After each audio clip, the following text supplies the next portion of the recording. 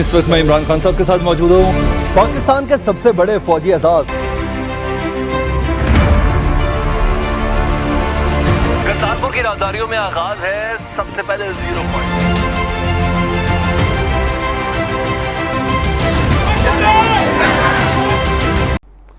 बिस्मिल्लाहिर्रहमानिर्रहीम। अस्सलामुअलैकुम। आपका दोस्त सलमान हैदर।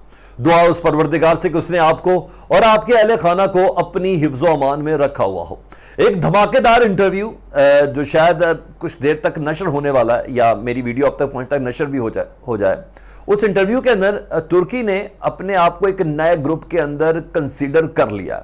उसने कहा नो मोर नेटो, अब मैं चीन, रूस, पाकिस्तान के इत्तेहाद में जा रहा हूं। अब मैं चीन, रूस, पाकिस्तान और ईरान के इत्तेहाद में जा रहा हूं और अब हम सब मिलकर खित्ते की डेवलपमेंट के लिए काम करेंगे। हमें आपका F-35 जंगी स्टेल्थ तैयारा नहीं चाहिए, हमें अब आपके पेट्रियट मिसाइल्स नहीं चाहिए। इस मौके पर रजब तैयब अर्दवान का अमेरिकन मीडिया को यह इंटरव्यू किस बात की गम्माजी कर रहा है, ऐसे मौके पर जब मैं आपको खबर दे रहा हूं इसी वीडियो के अंदर कि 29 सितंबर को यानी वेडनेसडे, बुध के रोज व्लादिमीर पुतिन से, रूसी सदर से रजब तैयब अर्दवान की मुलाकात भी होने जा रही है।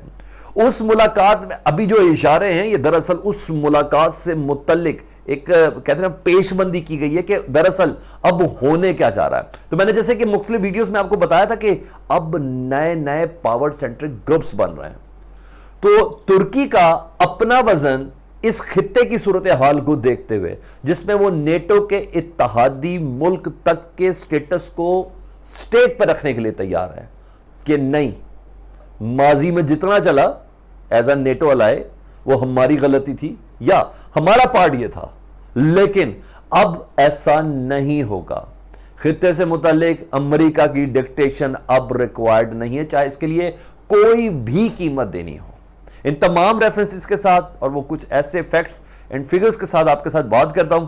डिटेल में जाते हैं और डिटेल में आपको बताएंगे कि आखिर ये मामला है क्या। कोट अनकोट भी करेंगे रजब तैयब अर्दवान की इस इंटरव्यू को। डिटेल में जाने से पहले अगर चैनल पहली बार देख रहे हैं तो उसको सब्सक्राइब कर दें, बेल आइकन दबा दें ताकि आने वाले वक्त में भी इस तरह की इंटरेस्टिंग वीडियोस आप तक पहुंचती रहें। जी डिटेल ये है कि जी अरब न्यूज़ का रेफरेंस दे रहा हूँ सबसे पहले। दूसरा रेफरेंस CBS की खातून एंकर को इन्होंने इंटरव्यू दिया है और इस इंटरव्यू के मुंदरजात कुछ ये हैं। उन्होंने कहा कि हम तमाम धमकियां एक तरफ रखते हैं, ये तुर्की के सदर कह रहे हैं।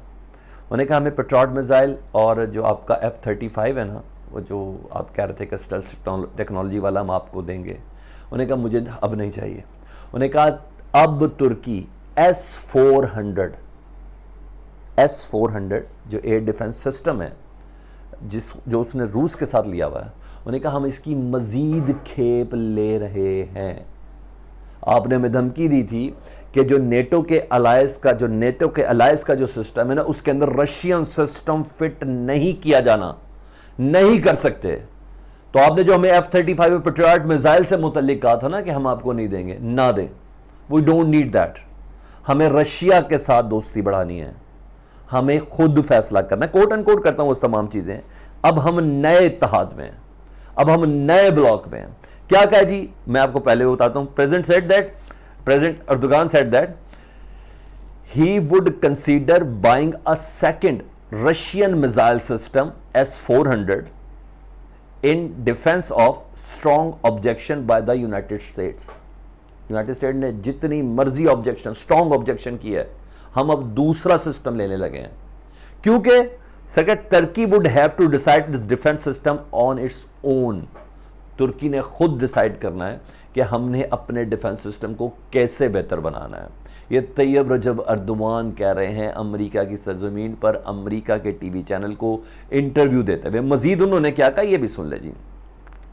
उन्होंने कहा कि जो आपने हमसे वादा किया था F-35 का, जो आपने S-400 की वजह से उसको फ्रीज किया था, हमें नहीं चाहिए। हमारे पास दीगर ऑप्शंस मौजूद हैं। आपने स्टेल्थ टेक्नोलॉजी की बात की थी, JF-17 की शक्ल में हमारे पास है। चीन के पास इस तरह की बहुत ऑप्शन है, रशिया के पास इस तरह की बहुत सी ऑप्शन है। ऐसी कौन सी बात होगी कि F-35 ही सब कुछ है? We don't need that. खत्म करें इस मसले को, ठीक? ये कोई छोटी चीज नहीं है, ये कोई छोटी स्टेटमेंट नहीं है। ये डायरेक्ट नेटो से बाहर निकलने की बात हो रही है, ये डायरेक्ट उन वो कहते हैं ना हदूद कयू से बाहर निकलने की बात हो रही है, जिसकी बिना पर अफगानिस्तान भी मुकम्मल तौर पर पेड़ से तुर्की को अपना दोस्त नहीं समझ रहा कि 20 साल तक ये नेटो इत्तेहादी रहा हुआ है।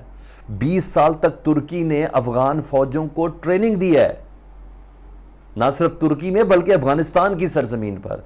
यह वो डिसाइसिव मूवमेंट है जिसको अडॉप्ट कर लिया रजब तैयब एर्दोगान ने। मजीद क्या कहते हैं कि हम खुद फैसला करेंगे कि तुर्की का दिफा कैसे मजबूत करना है। अच्छा, अमेरिका ने इससे पहले यह कहा हुआ था कि जो नेटो का जो इत्तेहाद है ना, उसमें रशिया के किसी वेपनरी सिस्टम या हथियारों का कोई सिस्टम दाखिल नहीं होगा, ये बात तय। तो इस सिलसिले में ना तुर्की ने बाकायदा तौर पर S-400 की जो डिफेंस टेक्नोलॉजी है, एयर डिफेंस टेक्नोलॉजी की हवा जो फ़िज़ाई हदूद हैं वो हर तरीके से महफूज रहेंगी तुर्की की। तो उन्होंने एक डील साइन की, और ना सिर्फ डील साइन की, उसकी डिलीवरी मिली। डिलीवरी मिलने के बाद उसको हर जगह पर स्ट्रेटेजिक पॉइंट ऑफ व्यू से उसको डिप्लॉय भी कर दिया गया। और अब जब अमेरिकन मीडिया की एंकर रजब तैयब एर्दोगान से ये पूछ रही है कि क्या आप अभी भी F-35 की डील के अंदर आना चाह रहे हैं, तो वो कहते हैं नहीं, बल्कि हम रूस से दूसरा S-400 सिस्टम लेके जा रहे हैं। तो ये वो एक चीज़ है, वो एक पॉइंट है जिसके ऊपर अमेरिका कॉम्प्रोमाइज़ नहीं कर सकता। आपको बहुत अच्छे से पता है कि इस वक्त जो नए इलाके के अंदर जो इत्तेहाद बने हुए हैं दुनिया के अंदर, उसमें तो ये सेंट्रल एशियन ममालिक तो है ही हैं, लेकिन जिस हिसाब से डिफेंस की और जिस हिसाब से एक्सरसाइजेज हो रही हैं ना, फौजी मशक़ें जो हो रही हैं, उसमें पता चल रहा है कि अब इसमें कोई शक और गुमान ही नहीं रहा कि रूस, चीन और पाकिस्तान मुकम्मल तौर पर एक पेज पर है। और जो 29 सितंबर को रूसी सदर व्लादिमीर पुतिन से रजब तैयब एर्दोगान की जो मुलाकात है ना, ये बहुत सी चीज़ें क्लियर कर देंगी। मेरा ये मानना ये है कि अफ़गानिस्तान की फलाह बहबूद और इस इलाके की तरक्की के लिए रूस ने बहुत हद तक तुर्की को कन्विंस कर लिया हुआ है कि इनसे मिलना कुछ नहीं है, उल्टा आपका माल ही जाना है, पैसे जाना है, शराइत जानी है, और गुलामों की तरह आपको कंसीडर करना है, क्योंकि आप एक मुस्लिम मुल्क हैं, क्योंकि आप नॉन गोरा है। वही उनके साथ रशिया के साथ भी करते हैं, ये वही वो चीन के साथ भी करते हैं। तो इसलिए आप अपने आप को डिसाइड कर लें। फिर मुख्तलिफ सारी इतनी बातें, मैं पेट्रियट मिसाइल की डील कैंसिल हुई हुई है अमेरिका की और तुर्की की, F-35 की डील कैंसिल हुई हुई है, तो आप वो तो राफेल भी ले सकता है, क्योंकि इधर से जो फ्रांस है वो इस टाइम डील्स के लिए किसी तरह ईंट का जवाब पत्थर से देने की कोशिश कर रहा है अमेरिका को कि तुमने हमारी डील ख़त्म कैसे करवाई ऑस्ट्रेलिया के साथ, मैं ऑकस की बात कर रहा हूँ, तुमने एक नया स्ट्रेटेजिक इत्तेहाद कैसे बना लिया with in NATO, with in सब कुछ, तुमने ये कैसे कर लिया। तो इस टाइम फ्रांस के पास राफेल हैं, राफेल लिया जा सकता है, और मुझे लग रहा है कि ऐसा होगा, क्योंकि वो भी स्टेल्थ टेक्नोलॉजी के साथ है। पाकिस्तान का JF-17 है, वो स्टेल्थ टेक्नोलॉजी के साथ है। अब उसके बाद मजीद अपग्रेडेशन ऐसी हो चुकी हैं जो पाकिस्तान, अब अर्जेंटाइन को पाकिस्तान ने दिया। तो ये वो चीज़ें हैं जिसकी बिना पर नए ग्रुप्स डेवलप हो रहे हैं। इस साल के आखिर तक बहुत सी चीज़ें क्लियर हो चुकी होंगी, बहुत सी चीज़ें क्लियर होंगी कि असल पावर के सेंट्रिक हैं कौन से, वो अब कौन से ताकतें हैं जिनके दरमियान दरअसल मुकाबला होगा। होना तो इकॉनमी के हवाले से चाहिए, लेकिन ये जो नए इत्तेहाद बन रहे हैं ये बहुत ज़्यादा इंपॉर्टेंट होंगे। तो मैंने कहा ये अपडेट मैं आपके साथ शेयर कर लूँ। और हाँ, इस इंटरव्यू में रजब तैयब एर्दोगान ने कहा है कि F-35 की डील कैंसिल, आपकी हमारी पेट्रियट मिसाइल की डील कैंसिल, जो हमारा $1.4 बिलियन F-35 की मद में आपके पास है ना, वो हमें वापस कर दें। वी डोंट नीड अमेरिका, हम अपने फैसले खुद ही करेंगे, अपने दिफा को भी खुद ही मजबूत बनाएंगे। और ये उस मौके पर जब ठीक 3 दिन बाद 19 सितंबर को व्लादिमीर पुतिन से मुलाकात होने जा रही है। तो खित्ते के इत्तेहाद के लिए एक अच्छी खबर है।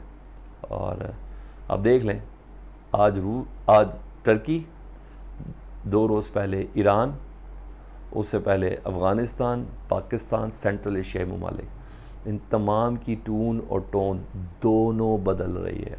और जो मैंने सुबह की वीडियो में आपको बताया भी था कि जिस तरह महमूद अब्बास साहब ने अपनी तकरीर में 1 साल की मोहलत दी है ना इसराइल को, ये बहुत से इशारे दे रही है कि कहीं कुछ इंजेक्ट ज़रूर हुआ है। कमेंट सेक्शन में मुझे ज़रूर बताइएगा।